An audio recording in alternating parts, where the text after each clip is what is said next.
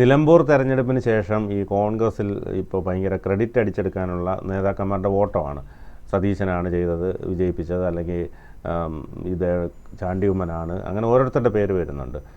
ചെന്നിത്തല പറഞ്ഞത് ഞാനാണ്. അങ്ങനെ വന്നപ്പോഴത്തേക്ക് ഹൈക്കമാൻഡ് ഒരു നിർദ്ദേശം വെച്ചു, ആരും കിടന്ന് അങ്ങനെ ക്രെഡിറ്റ് അടിച്ചെടുക്കണ്ട, ഞങ്ങൾ തീരുമാനിച്ചോളാം, എന്ത് വേണോ നിങ്ങളെ പണിയെടുത്താൽ മതി എന്ന രീതിയിലൊരു താക്കീത് പോലെ കൊടുത്തിട്ടുണ്ട്. അവർ മേജറും കേണലും ഒക്കെ പരസ്പരം അങ്ങോട്ടും ഇങ്ങോട്ടുമൊക്കെ ചാർത്തി കൊടുത്തുകൊണ്ടിരിക്കുമായിരുന്നു.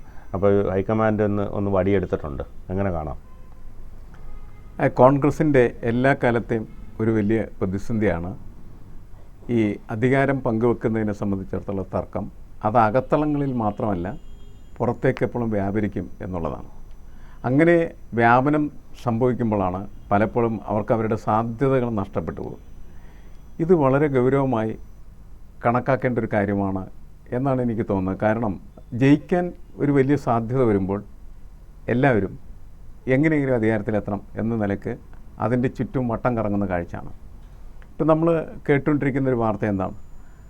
ഇവരുടെ ക്രെഡിറ്റ് അടിക്കൽ മാത്രമല്ല, ഇവരുടെ മുന്നിലേക്ക് മറ്റ് ഒരുപാട് ആളുകൾ വരുന്നു എന്നുള്ളതാണ്. അടൂർ പ്രകാശൊക്കെ പറഞ്ഞാൽ ഞാൻ കയറി നിയമസഭയിൽ മത്സരിക്കും എന്ന് പ്രഖ്യാപിച്ചിരിക്കുകയാണ് ചെയ്യുന്നത്. അടൂർ പ്രകാശ് മാത്രമല്ല, KC വേണുഗോപാലും ചിലപ്പോൾ മത്സരിച്ചേക്കാം.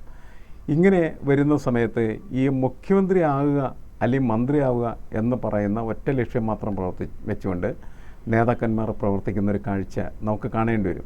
നമുക്ക് കുറേ നാളുകൾക്ക് മുമ്പ് ഇറങ്ങിയ ഒരു വാർത്ത എന്ന് പറയുന്നത് ഏത് നായർ മുഖ്യമന്ത്രി എന്നതായിരുന്നു. 4 നായന്മാരാണ് അന്ന് പ്രധാനമായിട്ടും പ്രൊജക്റ്റ് ചെയ്യുന്നത്. 1 രമേശ് ചെന്നിത്തല, 2 VD സതീശൻ, 3 KC വേണുഗോപാൽ, 4 ശശി തരൂർ. അതിൽ ശശി തരൂർ ഒരു പരുവത്തിലായി പുറത്താകുന്ന സ്ഥിതിയിലോ അല്ലെങ്കിൽ ഇനി അദ്ദേഹത്തെക്കുറിച്ച് അത്തരത്തിലുള്ളൊരു ചർച്ച ഉണ്ടാകാനുള്ള ഒരു സാധ്യതയില്ല. അപ്പോൾ പിന്നെ ഇനിയിപ്പോൾ നമ്മുടെ മുന്നിൽ ഉള്ളത് രമേശ് ചെന്നിത്തല വേണോ, VD സതീശൻ വേണോ, KC വേണുഗോപാൽ വേണോ എന്നുള്ളതായിരിക്കണം. സുധാകരനെ ഒരു വഴിക്കാക്കി. സുധാകരനും പുറത്തായി. സുധാകരന് കേൾവിക്കുറവ്, വളരെ ഓർമ്മശക്തിയില്ലായ്മ. അത് പക്ഷേ സുധാകരൻ പറയുന്നത് എനിക്കതൊന്നും ഇല്ലെന്നാണ് പറയുന്നത്, ഇവരാണ് പറയുന്നത്. അല്ല, അത് ശരിയാണ്. പക്ഷെ ഇവരത് പറയുമ്പോൾ ഇവര് പറഞ്ഞ് ഒരു പരുവത്തിലേക്ക് അദ്ദേഹത്തെ പുറത്താക്കിയില്ല എന്തായാലും. അങ്ങനെ അദ്ദേഹം പുറത്തായി കഴിഞ്ഞു. ഇനിയിപ്പോൾ അടൂർ പ്രകാശാണ് പുതിയ ഒരു താരമായിട്ട് ഉയർന്ന് വരുന്നത് ഇതേപോലെ തന്നെ. കാരണം നമുക്കറിയില്ല കുറേ കഴിയുമ്പോൾ എന്താണ് ഈ നായർ വേണോ ഈഴവൻ വേണോ എന്നൊക്കെ പറഞ്ഞ ചർച്ചയിലേക്ക് ഇത് മാറുമോ എന്നൊന്നും നമുക്ക് പറയാനായിട്ട് പറ്റില്ല. എന്തായാലും ഒരു ക്രിസ്ത്യൻ മുഖ്യമന്ത്രി എന്ന് പറയുന്നത് ഇപ്പോൾ ഇതിൻ്റെ മുന്നിലില്ല എന്നാണ് എനിക്ക് തോന്നുന്നത്. അദ്ദേഹത്തെ KPCC പ്രസിഡന്റായിട്ട് ഇരുത്തിയിട്ടുണ്ട്. അപ്പോൾ ക്രൈസ്തവ സാന്നിധ്യം KPCC പ്രസിഡന്റിന് നിൽക്കട്ടെ. ഇനി വീണ്ടും തിരിച്ച് ഈ പറയുന്ന ആര് മുഖ്യമന്ത്രി ആവും എന്നുള്ളതിനെക്കുറിച്ച് ചർച്ചയുടെ ഒരു ക്ലൈമാക്സ് ആണ് ഈ നിലമ്പൂർ ഇലക്ഷന് ശേഷം യഥാർത്ഥത്തിൽ നമ്മൾ മുസ്ലിമായിട്ടുണ്ട്. MM ഹസനും താല്പര്യമുണ്ട്. അത് വേണമെങ്കിൽ ഒരു സ്കോപ്പ് കൊടുക്കാവുന്നതാണ്. കാരണം എത്രയോ കാലമായി അദ്ദേഹം ഈ UDF-ന്റെ കൺവീനറായിട്ടൊക്കെ ഇരുന്നിരുന്നു. അദ്ദേഹത്തെ അവിടെ നിന്ന് മാറ്റി.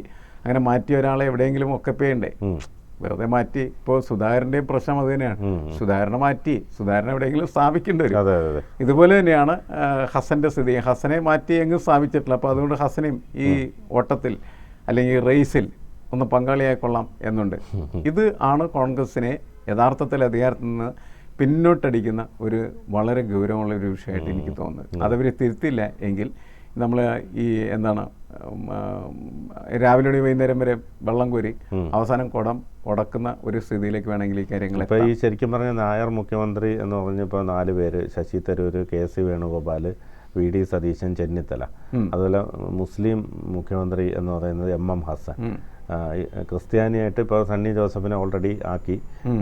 ഇനിയിപ്പോൾ റോജി M ജോണോ അങ്ങനെയുള്ളവരെയൊന്നും ഇദ്ദേഹം ഉണ്ടല്ലോ, നമ്മുടെ പത്തനംതിട്ട MP ആൻ്റോ ആൻ്റണി, അവർ. അപ്പോൾ അതോടൊപ്പം തന്നെ ഈഴവ എന്ന് പറയുമ്പോഴത്തേക്ക് സുധാകരനുണ്ട്, മുല്ലപ്പള്ളിയുണ്ട്, VM സുധീരനുണ്ട്.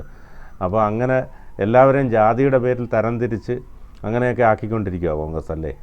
അല്ല, അവർ എപ്പോഴും ഏത് സമയത്തും ഈ ജാതി സമവാക്യങ്ങൾ എന്ന് പറയുന്നത് കൃത്യമായിട്ട് പാലിക്കാനായിട്ട് ശ്രമിച്ചു പോരുന്നു എന്ന് എല്ലാവരും ബോധ്യപ്പെടുത്താനായിട്ട് ആഗ്രഹിക്കുന്നവരാണ്.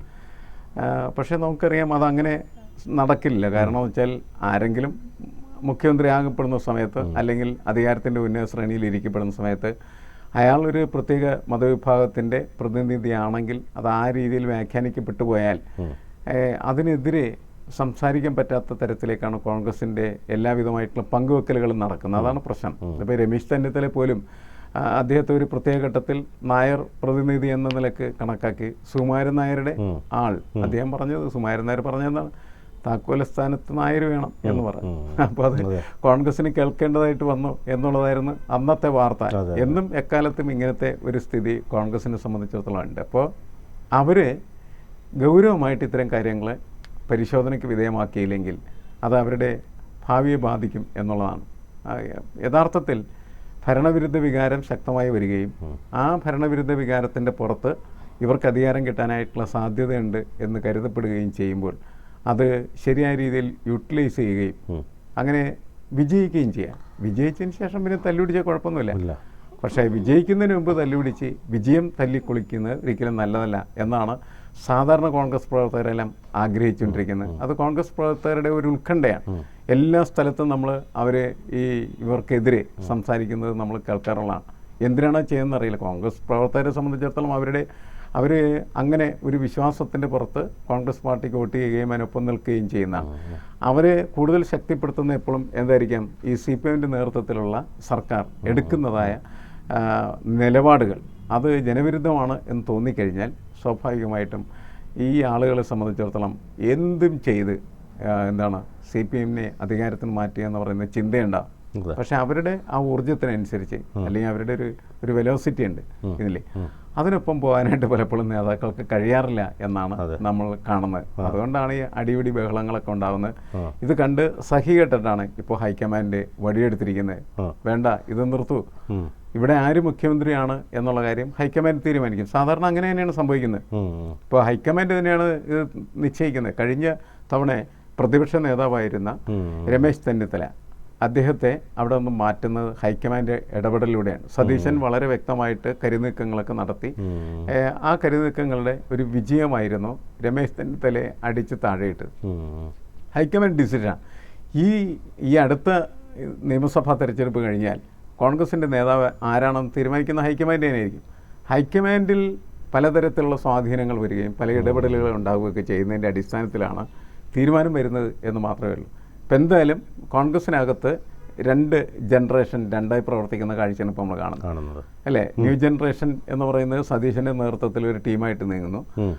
ബാക്കിയുള്ള പ്രായമായ ആളുകളും അതേപോലെ തന്നെ ഈ ഗ്രൂപ്പിൽ പെടാത്ത മുഴുവൻ ആളുകളും വേറെ ഗ്രൂപ്പായിട്ട് മാറുന്നു. എന്ന് വെച്ചാൽ പുതിയൊരു ഗ്രൂപ്പ് ആയി കഴിഞ്ഞു ഇപ്പോൾ. അതാണ് പ്രശ്നം. ഇപ്പോൾ അതായത് രമേശ് ചെന്നിത്തലയുടെ നേതൃത്വത്തിൽ ഒരു ഗ്രൂപ്പ് ഫോം ചെയ്ത് വരുന്നു, സതീശൻ്റെ നേതൃത്വത്തിൽ ഒരു ഗ്രൂപ്പ് ഫോം ചെയ്ത് വരുന്നു. നേരത്തെ KC വേണുഗോപാലിൻ്റെ കീഴ് ഗ്രൂപ്പായിരുന്നു സതീശനെങ്കിലും സതീശനെ അറിയാം ഇനി അദ്ദേഹത്തിൻ്റെ കീഴിൽ നിന്ന് ഒരു ഗ്രൂപ്പായിട്ട് മുന്നോട്ട് പോയാൽ മുഖ്യമന്ത്രി ആവൽ എന്ന് പറയാൻ നടക്കാൻ സാധ്യതയില്ല. അപ്പം അതുകൊണ്ട് തൻ്റെ ഗ്രൂപ്പ് എന്ന നിലക്ക് അങ്ങനെയാണ് ഇവിടെ എല്ലാവരും മുഖ്യമന്ത്രി ആയിട്ടുള്ളത്. ഉമ്മൻചാണ്ടി മുഖ്യമന്ത്രി ആയത് അദ്ദേഹത്തിൻ്റെ A ഗ്രൂപ്പ് എന്ന് പറയുന്നതായിട്ടുള്ള സംവിധാനത്തിൻ്റെ ശക്തിയിലായിരുന്നു. ഇപ്പോൾ ഗ്രൂപ്പ് ഉണ്ടെങ്കിൽ മാത്രമാണ് മുഖ്യമന്ത്രിയാകാൻ പറ്റുകയുള്ളൂ എന്ന് പറയുന്ന ഒരു വിശ്വാസവും കോൺഗ്രസ്സുകാരിൽ അടിയുറച്ചിങ്ങനെ നിൽക്കുകയാണ് ചെയ്യുന്നത്. അപ്പോൾ സതീശൻ ഇപ്പോൾ BD സതീശൻ്റെ ഒരു ഗ്രൂപ്പ് എന്ന് പറയുന്ന നിലക്ക് കോൺഗ്രസ്സിൽ ഒരു ഗ്രൂപ്പിനെ ശക്തിപ്പെടുത്തി കൊണ്ടുവരികയും അതേപോലെ തന്നെ രമേശ് ചെന്നിത്തല സ്വാഭാവികമായിട്ട് A ഗ്രൂപ്പൊക്കെ പോയി ഇപ്പോൾ അതിന് പകരമായിട്ടിങ്ങനെ പുതിയ ഗ്രൂപ്പ് ഡെവലപ്പ് ചെയ്യാണ്. ആ ഗ്രൂപ്പ് ശക്തി പ്രാപിച്ചുകൊണ്ടിരിക്കുകയാണ് എന്നാണ് എനിക്ക് തോന്നുന്നത്. ഹൈക്കമാൻഡ് എന്ത് പറഞ്ഞാലും അത് ശക്തി പ്രാപിക്കാതിരിക്കുന്ന പ്രശ്നമില്ല, അത് ശക്തി പ്രാപിക്കും. കാരണം അവരിങ്ങനെ വാച്ച്ഫുള്ളാണ്, എന്ത് സംഭവിക്കാൻ കൃത്യമായിട്ട് നോക്കി മനസ്സിലാക്കി അതിനനുസരിച്ച് നീങ്ങിയാൽ മാത്രമാണ് ഏതെങ്കിലും കസേരയിൽ ഇരിക്കാൻ പറ്റുള്ളൂ. അപ്പോൾ ഈ കസേരകളിയാണിത്. ഈ കസേരകളിയിൽ കസേര നഷ്ടപ്പെടാതിരിക്കാൻ വേണ്ടിയിട്ടുള്ള ഇടപെടലുകളാണ് ഈ ഗ്രൂപ്പ് ചേരി എന്നൊക്കെ പറയുന്ന സംഭവം. അതങ്ങനെ ഒഴിവാക്കപ്പെടും എന്നെനിക്ക് തോന്നുന്നില്ല. എങ്കിലും ഇവർ ശ്രദ്ധിക്കേണ്ട ഒരു കാര്യം എന്ന് പറയുന്നത് തെരഞ്ഞെടുപ്പിന് മുമ്പ് ഇതിൻ്റെ പേരിൽ ഇവർ തമ്മിൽ തല്ലിയാൽ തെരഞ്ഞെടുപ്പ് അവരുടെ തല്ലിപ്പൊളിഞ്ഞു പോവുകയും തോറ്റുപോവുകയും ചെയ്യും. അത്ര എളുപ്പമല്ല ഈ നിയമസഭാ തെരഞ്ഞെടുപ്പിൽ ജയിച്ചു വരിക എന്ന് പറയുന്നത്. ഇപ്പോൾ നമ്മൾ കണ്ടുകൊണ്ടിരിക്കുന്ന അല്ലെങ്കിൽ കണ്ടു കഴിഞ്ഞ ഉപതെരഞ്ഞെടുപ്പുകളുടെ സ്വഭാവമല്ല നിയമസഭാ തെരഞ്ഞെടുപ്പ്. വലിയ മാറ്റം വരും. മാത്രമല്ല ഏതാണ്ട് ഇപ്പോൾ LDF ജയിച്ചിരിക്കുന്ന ഒരു 10-16 സീറ്റ് വേണമെങ്കിൽ ഈസിയായിട്ട് തിരിച്ചു പിടിക്കാൻ കഴിഞ്ഞേക്കാം. കാരണം അത് ഒരു 5000-ൽ താഴെ ഭൂരിപക്ഷം മാത്രമുള്ള സീറ്റുകളാണ്. പക്ഷെ ബാക്കിയുള്ള സീറ്റുകളിൽ 83 സീറ്റിൽ കട്ടയ്ക്കായിരിക്കും മത്സരം.